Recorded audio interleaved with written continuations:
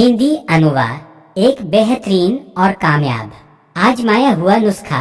नसों का दर्द दूर, घुटनों का खींचाव, जोड़ों का दर्द, ब्लड लिपिड, कोलेस्ट्रॉल, पेट और जिगर लिवर के रोग, शुगर की बढ़ोतरी, बार बार पेशाब का आना, कमर दर्द, कब्ज दायमी, जुकाम नज़ला, सांस फूलना और दिल की कमजोरी, मर्दाना कमजोरी, जनन स्राव एहतलाम।